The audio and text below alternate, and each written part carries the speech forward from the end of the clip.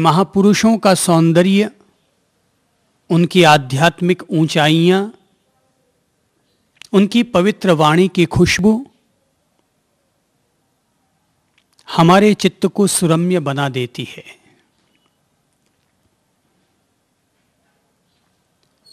सारे महापुरुष महान हैं।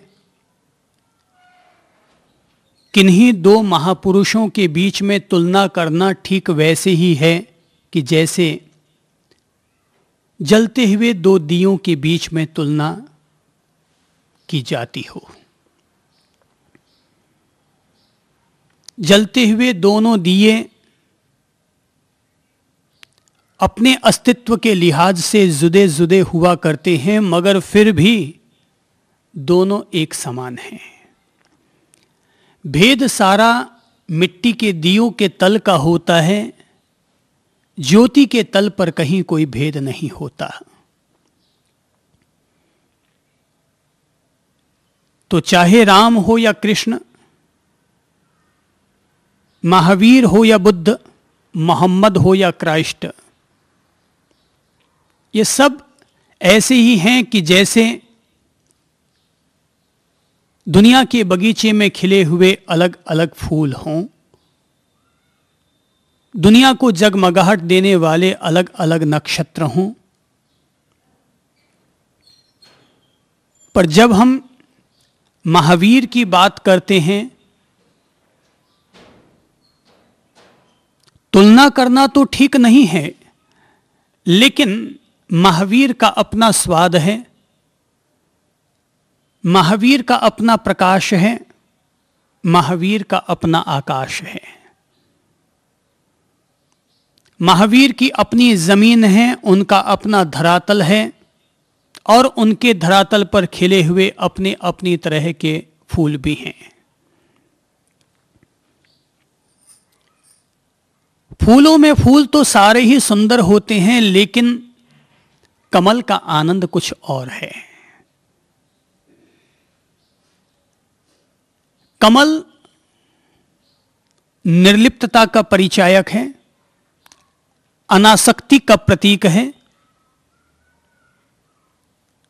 महावीर किसी कमल की तरह है, स्वर्ण कमल की तरह, श्वेत कमल की तरह,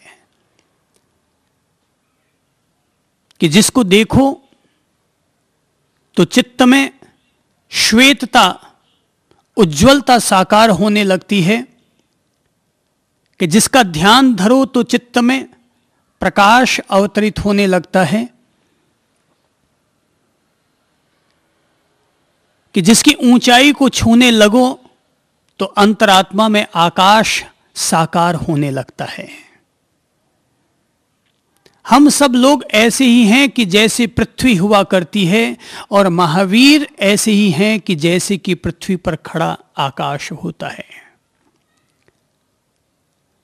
पृथ्वी और आकाश दोनों एक दूसरे से जुड़े हुए हैं, लेकिन जितनी बड़ी पृथ्वी है उससे कई गुना बड़ा आकाश है।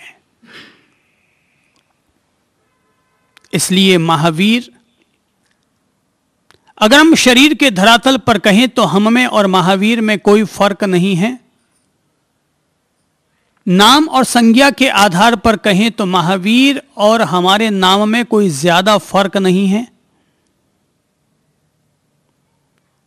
जन्म के आधार पर कहें, यौवन के आधार पर कहें, आहार निद्रा भय मैथुन की जो प्रवृत्तियां होती हैं उनके आधार पर कहें तो कोई बहुत ज्यादा फर्क नहीं है।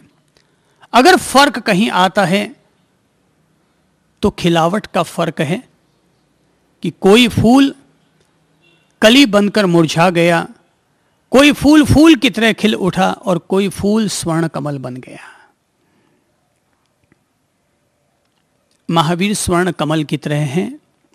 वे महान वैज्ञानिक हैं, वे महान परावैज्ञानिक हैं, वे महान चिकित्सक हैं, जो हम सब लोगों के रोगों को ठीक करने का प्रयत्न कर रहे हैं।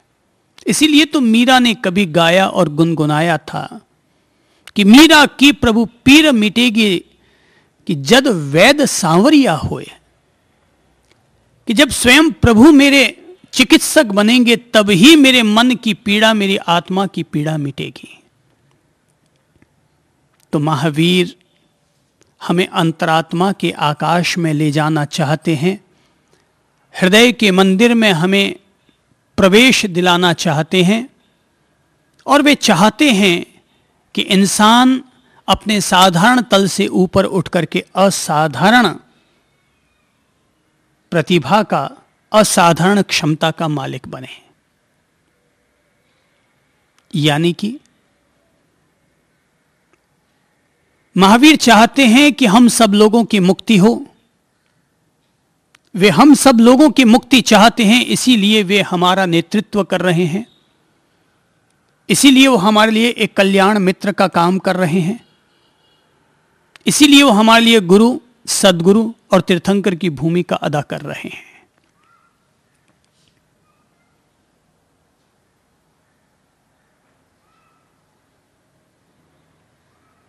जितना फर्क पृथ्वी और आकाश में है, उतना ही फर्क हम अपने आप में और महावीर में समझें। कल सांझ को ही मैं एक अच्छी सी कविता पढ़ रहा था। कविता के बोल हैं, सुने हुए गीतों से मनहर, मधुर अनसुना गीत, आंखों देखे से सुंदर, अनदेखा मन का मीत। जिसके मन में जितना कम अनदेखे का अनुराग, उसके प्राणों में उतनी ही क्षीण हो चुकी आग। तन से मन की शक्ति अधिक है, प्रबल देह से प्राण, पृथ्वी से आकाश बड़ा है, जाने से अनजान। जिसके प्राणों में जितना कम अनजाना आकाश, उसका उतना ही कम सार्थक पृथ्वी पर आवास।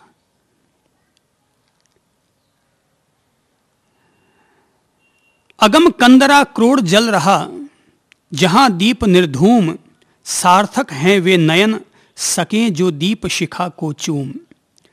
हैं प्रकाश के प्रति जो लोचन जितने स्नेह विहीन, हैं उतने ही दीनहीन वह खंडित मुकुर मलिन। वह पंचतल्ला पोत सदा, धारावाहिक अविराम, अगम शिखर से अगम सिंधु तक बहना इसका काम। तिरता जाता पोत, प्राण का पाल बना आकाश, दृग से जितना दूर नियामक, मन से उतना पास। कविता सुनो तो केवल कविता है, लेकिन कविता में मर्म यह छिपा हुआ है कि सुने हुए गीतों से मनहर, मधुर अनसुना गीत, आंखों देखे से सुंदर, अनदेखा मन का मीत। जिसके मन में जितना कम अनदेखे का अनुराग, उसके प्राणों में उतनी ही क्षीण हो चुकी आग। जो व्यक्ति जो दिखाई दे रहा है, अगर केवल उतने पर ही अपनी नजर केंद्रित करेगा, तो दृश्यमान जगत में ही उलझ कर रह जाएगा। महावीर हमें उस जगत की ओर ले जाना चाहते हैं जो अज्ञात भी है और अज्ञेय भी है। इसलिए धर्म एक अज्ञात की खोज है, धर्म अज्ञेय की खोज है। हमें मन का वो मीत तो दिखाई देता है जो कि बाहर इस दुनिया में विद्यमान है, हमें वो मीत दिखाई नहीं देता जो कि इस अदृश्य जगत के पार है।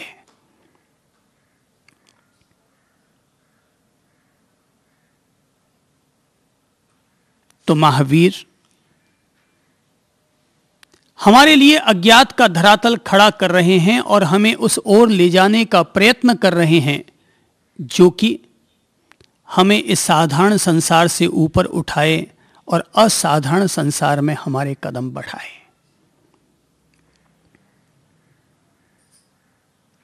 दुनिया में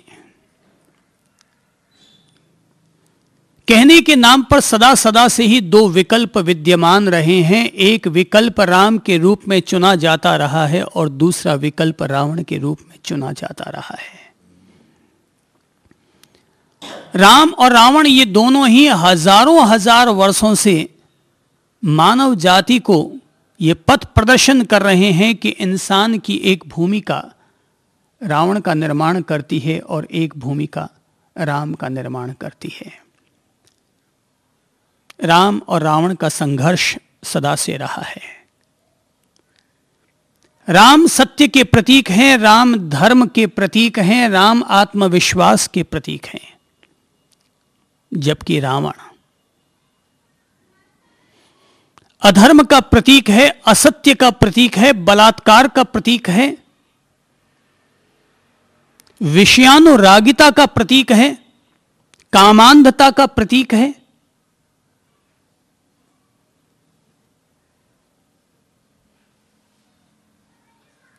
मन की एक धारा इंसान को राम बनाती है और मन की दूसरी धारा इंसान को रावण बनाती है। महावीर का लक्ष्य है कि व्यक्ति रावण से बदलकर राम बन जाए, अर्थात इंसान चाहे जिस जाति, चाहे जिस कुल, चाहे जिस परंपरा में जन्मा हो, लेकिन अगर इंसान को सत्य का बोध हो जाए तो जो रावण जीवन भर राम का विरोध करता रहा, वही रावण मरते समय राम का नाम लेकर के मुक्त हुआ। जिस व्यक्ति को जीते जी जीवन का बोध नहीं हो पाता, उस व्यक्ति को मृत्यु जीवन का बोध करा देती है, सत्य का बोध करा देती है। जिस व्यक्ति को जीते जी भगवान का एहसास हो जाता है, वो व्यक्ति जीवन भर परमात्मा का आनंद लेता है। लेकिन जो केवल मृत्यु की पदचाप सुनकर के ही ईश्वर के प्रति अनुराग पैदा करता है, उतने मात्र से भी वह मुक्ति की ओर 4 कदम बढ़ ही जाया करता है। मैं मृत्यु की बात नहीं करता, मैं जीवन की बात कर रहा हूं, और जीवन की बात कर रहा हूं इसलिए जीते जी ही मुक्ति का रसास्वाद लेने का आग्रह और अनुरोध भी कर रहा हूं कि व्यक्ति जीते जी मुक्ति का आनंद ले, जीते जी मुक्ति का कमल बन जाए। पत्नी है तो ठीक है, बच्चे हैं वे भी ठीक हैं, लेकिन पत्नी और बच्चे देह के पोषण के धर्मों के रहते हुए भी अगर हम चाहें तो हम अपने अंतरात्मा में उतरकर अंतरात्मा को जीकर मुक्ति के करीब पहुंच सकते हैं। जो दुनिया में जिया वो ना जिया, जो अंतरात्मा में जिया वो ही जिया। जो दुनिया में जिया वो मिट्टी का दीप बनकर रह गया, लेकिन जो